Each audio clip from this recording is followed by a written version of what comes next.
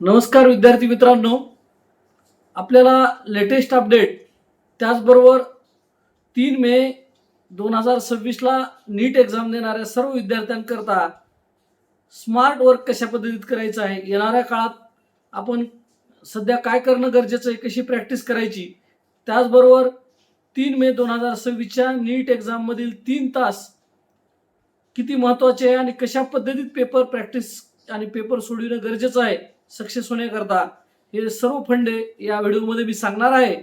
त्याचबरोबर ज्यांनी 10वी एक्झाम यावर्षी दिलेली आहे 2026ला आणि 11वी-12वी कशामधून करायची आहे, सायन्स, आर्ट, कॉमर्स का सायन्समध्ये PCM, PCB, जनरल ग्रुप ठेवायचा, काय करायचं आहे, तर हे सर्व काही या व्हिडिओमध्ये थोडक्यात मी सांगेल. आणि हा व्हिडिओ नक्कीच आपण शेवटपर्यंत पहा. आवडला तर लाईक, सबस्क्राईब, जास्तीत जास्त विद्यार्थ्यांपर्यंत फॉरवर्ड करा. लेटेस्ट अपडेट आपल्याला ज्यांनी पण PCM ग्रुप करता VIT वेल्लोर करता फॉर्म भरला होता, रजिस्ट्रेशन केलेलं होतं, अशा विद्यार्थ्यांना स्लॉट बुकिंग 19 एप्रिल 2026 पर्यंत स्लॉट बुकिंग करायचे. परीक्षा कुठं द्यायची आहे त्याचं AIIMS nursing BSc nursing AIIMS कॉलेजला ज्यांना करायचं आहे त्यांचा रजिस्ट्रेशनची लास्ट डेट ही 24 एप्रिल 2026 आहे. त्याचबरोबर MST CET PCB group first सेशनची ज्यांना एक्झाम द्यायची आहे, म्हणजे एक्झाम डेट आहे 21 एप्रिल ते 26 एप्रिलच्या दरम्यान आणि त्याचे हॉल तिकीट आलेले आहेत उपलब्ध, ऑनलाईन एक्झाम असते. त्याचबरोबर नीट एक्झाम करता ज्यांनी अपंग कोट्यातून फॉर्म भरला होता आणि PWD विद्यार्थ्यांनी, ज्यांनी अपंग कोट्यातले PWD विद्यार्थी त्यांनी फॉर्म भरला, त्यांना स्क्राईब घ्यायचा आहे. अशा विद्यार्थ्यांना सिव्हिल सर्जन मार्फत जे स्क्राईब घेतात 12वीच्या आतमधील विद्यार्थी, त्या स्क्राईबचं सर्टिफिकेट अपलोडिंग, आपल्याला त्याचं डिटेलिंग हे 21 एप्रिल 2026च्या आत करायचं आहे. आणि त्याचबरोबर आत्ताचा जो 10वी बोर्डचा निकाल हा 6 मे 2026ला लागेल आणि 12वी बोर्डाचा निकाल हा 27 एप्रिल 2026ला लागणार आहे. 3 मे 2026ला नीट एक्झाम देणाऱ्या विद्यार्थ्यांना शेवटचे 14 दिवस राहिलेले आहेत आणि या शेवटच्या 14 दिवसामध्ये आपल्याला काय करायचं आहे की आपल्याला स्मार्ट वर्क करणे गरजेचं आहे. आणि या काळामध्ये आपल्याला जे पण फिजिक्स, केमिस्ट्री, बायोलॉजी यामधील जे येणारे चॅप्टर आहेत, जे परफेक्ट चॅप्टर आहेत, ते बाजूला काढून त्यांना रिव्हिजन द्यायचे आहे. त्याचबरोबर आजपर्यंत जे आपण तिन्ही विषयाचे पेपर दिले होते आणि त्यामध्ये जे येत नव्हतं त्याचं एरर आपण काढलेले असेल, प्रश्न आणि उत्तर जे चुकले होते असे एररला एक रिव्हिजन आणि जे येतंय त्याला एक रिव्हिजन, ह्या रिव्हिजन देणे गरजेचं आहे. याचबरोबर आपली नीट परीक्षा जी आहे ते 2 ते 5 या वेळात आहे, तर आपल्याला 2 ते 5 या वेळात शक्यतो रोज किंवा एक दिवसाआड 180 प्रश्नांची 2 ते 5 या वेळात प्रश्नपत्रिका सोडवायची आहे. आणि घरी किंवा क्लासरूमवर आपण हे 180 क्वेश्चनची प्रॅक्टिस करता वेळेस आपल्याला 2.5 तासातच सोडवण्याची प्रॅक्टिस होणे गरजेचं आहे, जेणेकरून नीट परीक्षेत आपल्याला 3 तास हा वेळ पुरेल. त्यामुळे या 2.5 तासाच्या प्रॅक्टिसमध्ये आणि स्मार्ट वर्कमुळे आपण नक्कीच परीक्षेत यशस्वी होणार. पेपर हा जवळपास 40% इजी, 40% मीडियम आणि 20% हार्ड आहे. 20% हार्ड ज्याला कळाला तो परीक्षेत विजयी होत असतो. परीक्षेच्या राहिलेल्या 14 दिवसात आपल्याला एक रोज आपल्यासाठी 10 मिनिटं वेळ देऊन मेडिटेशन एक करणे गरजेचं आहे. मेडिटेशन 10 मिनिटं करता वेळेस भ्रामरी किंवा स्वतःला सकाळी सकाळी उठल्यानंतर मेडिटेशन हा कोणाला पण माहित आहे की हे योगाचा एक प्रकार. मेडिटेशन जर आपण केलं राहिलेल्या 14 दिवसात तर कदाचित आपण जे रिव्हिजन आणि आतापर्यंत अभ्यास केलाय त्याच्यातल्या बऱ्याच गोष्टी परीक्षेत आपल्याला ब्लँक होणार नाहीत, आठवतील. यामुळे मेडिटेशन हा पार्ट खूप महत्त्वाचा आहे आपल्या प्रत्येकासाठी. त्याचबरोबर रोज 2 ते 5 या वेळामध्ये आपण घरी जेवण करू नका, घरी प्रॅक्टिस करत असतात किंवा बाहेर क्लासरूममध्ये जरी करत असताल तर रोज नीट परीक्षा सध्या देत आहोत अशा पद्धतीत 2 ते 5 जो पण पेपर सोडवत आहात ते सोडवा. त्या काळात झोपू नका किंवा जेवण करू नका, शक्यतो पेपर नाही दिला तर. आणि बाहेरचं काही खाऊ नका किंवा थंड पेय पिऊ नका, आजारी कसं पडणार नाहीत आपण, याची आपण एक काळजी घ्यायची आहे शेवटच्या 14 दिवसात. याचबरोबर तुम्ही पेपर जो 3 तासाचं पेपरचं मॅनेजमेंट करायचं आहे आपल्याला नीट पेपरचं, तर ते कशा पद्धतीत करायचं आहे. हा पेपर आपल्याला 40% इजी, 40% मीडियम आणि 20% हार्ड. मागील वर्षी जवळपास 33% हार्ड लेवल आली होती आणि 40% जो इजी होता तो पण लेंदी क्वेश्चन आलेल्यामुळं तो पण मीडियम झाला होता पार्ट, आणि मीडियम पार्ट पण आला होता. मीडियम आणि इजी पार्ट हा थोडा कमी झाला आणि हार्ड लेवल थोडी मागील वर्षी वाढलेली. याच पद्धतीत आपल्याला लेंदी क्वेश्चनमुळं घरी जर 2.5 तासाची प्रॅक्टिस केली तर परीक्षेत 3 तास आपल्याला पुरतील. आणि 3 तासाचं मॅनेजमेंट हे करता वेळेस प्रत्येकाने लक्षात घ्या, नीट परीक्षा सेंटरवर बाहेर जरी चेकिंग, ड्रेस कोड वगैरे आपण पुढील व्हिडिओमध्ये सांगणार आहोत. हॉल तिकीट नीट परीक्षेच्या अगोदर 4 दिवस येतील. सेंटर सिटी कळालेली आहे सध्या आपल्याला कोण्या शहरामध्ये आपली परीक्षा आहे 3 मेला इतकं कळालेलं आहे. त्यामुळं आपल्याला जर बाहेर लांब जायचं असेल तर रिझर्वेशन करण्याकरता ही तारीखेमुळं आपल्याला कळालेलं आहे कोण्या शहरात जायचं त्या. आणि हॉल तिकीट नंतर आपल्याला परीक्षा सेंटर ॲक्च्युअल कळणार आहे आणि त्यावर ड्रेस कोड पण आपल्याला कळणार आहे.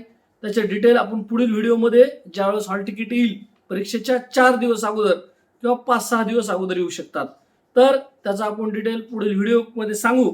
सध्या हॉल तिकीट आल्यानंतर पण परीक्षा सेंटरवर गेल्यानंतर हॉल तिकीट आणि ड्रेस कोड नंतर सेंटरवर सुद्धा आपले 3 तासातले 20 मिनिटं हे सही, थंब किंवा तुमच्या व्हिडिओ रेकॉर्डिंग असते आणि मध्ये तुम्हाला डिस्टर्बन्स, यामध्ये सही थंबच्या डिस्टर्बन्स, तुमचं ID प्रूफ चेकिंग, याच्यामध्ये 10-20 मिनिटं आपले 3 तासातले नक्कीच जाणार आहेत. त्यामुळं आपण घरी किंवा आत्ता परीक्षा सेंटरवर जिथं परीक्षा देत आहात क्लासेसच्या त्या ठिकाणी 2.5 तासात पेपरची परीक्षा सेंटरवर ॲक्च्युअल आत गेल्यानंतर आपल्याला जो पेपर आलेला आहे नीटचा तुमच्या हातात, तो नीट पेपर वाचून घ्यायचा आहे.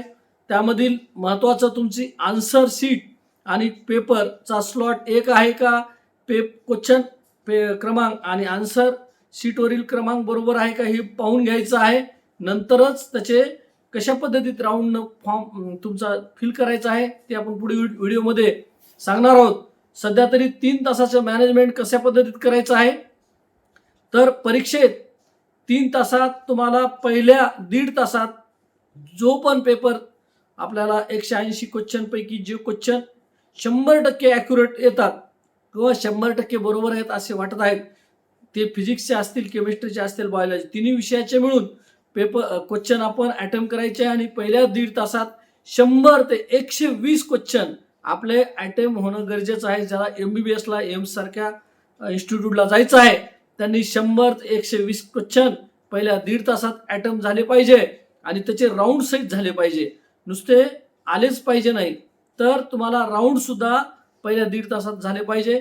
परीक्षा सेंटरवर तुम्हाला टिक मार्क करू नका म्हणून सांगतील उत्तराला, तर टिक मार्कच्या ऐवजी बारीक टिंब का होईना द्या आणि तुम्हाला नंतर जे त्याच दिवशी ॲलेन आकाशच्या आन्सर की येतील त्याच दिवशी तुम्हाला कळेल की तुम्हाला किती मार्क येणार आहेत नीटला.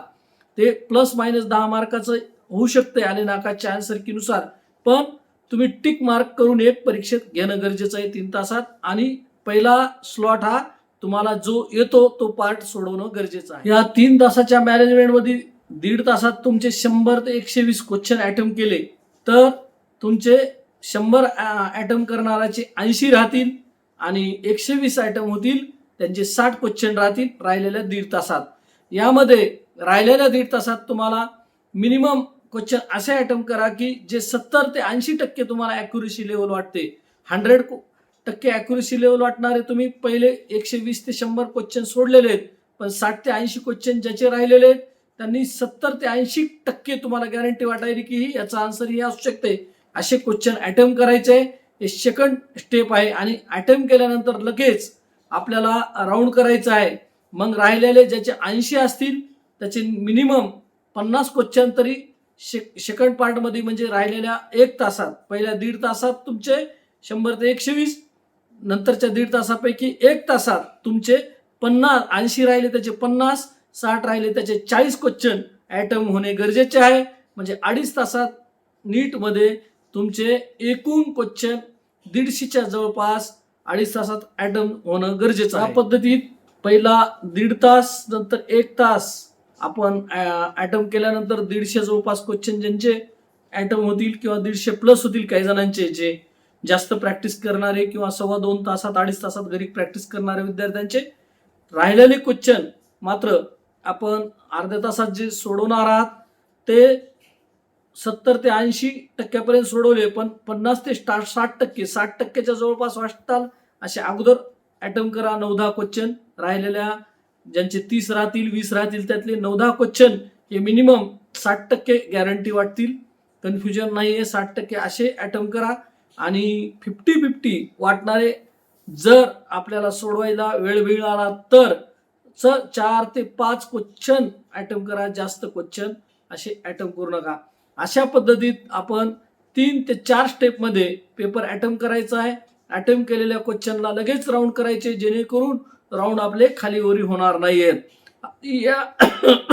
या 3 तासामध्ये आपण परीक्षेला न घाबरता सामोरे जा, जेणेकरून तुम्हाला एक्झामचं प्रेशर कमी करायचं असेल तर जास्तीत जास्त क्वेश्चनची आणि जास्तीत जास्त पेपरची प्रॅक्टिस राहिलेल्या 14 दिवसात 2 ते 5 वेळात केलात तर नक्कीच परीक्षेत वेगळा पेपर द्यायला नीटचा असं वाटणार नाही. आणि घरी रोज नीट परीक्षा समजून किंवा तुमच्या क्लासरूमवर नीट परीक्षा समजून 2 ते 5 पेपरची प्रॅक्टिस करून जा. सध्या 14 दिवस ही प्रॅक्टिस केलात तर येणाऱ्या काळात नीट ही वेगळा पेपर दिला असं तुम्हाला जाणवणार. परीक्षा सेंटरवर आपण कशा पद्धतीत सामोरे जातो, कसं मॅनेज करतो, आपण मागील एका व्हिडिओमध्ये सक्सेस स्टोरी घेतलेली आहे ओंकार देशमुख यांची.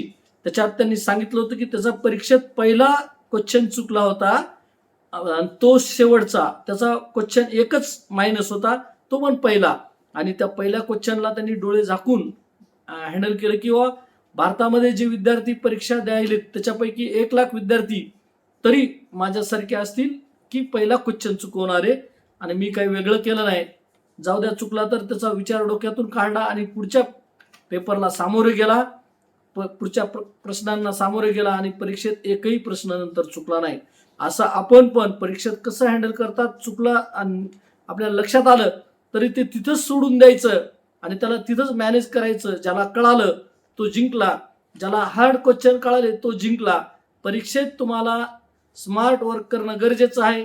लेंदी क्वेश्चन खूप येणार आहेत, जवळपास 1-1 पानाचे क्वेश्चन आहेत.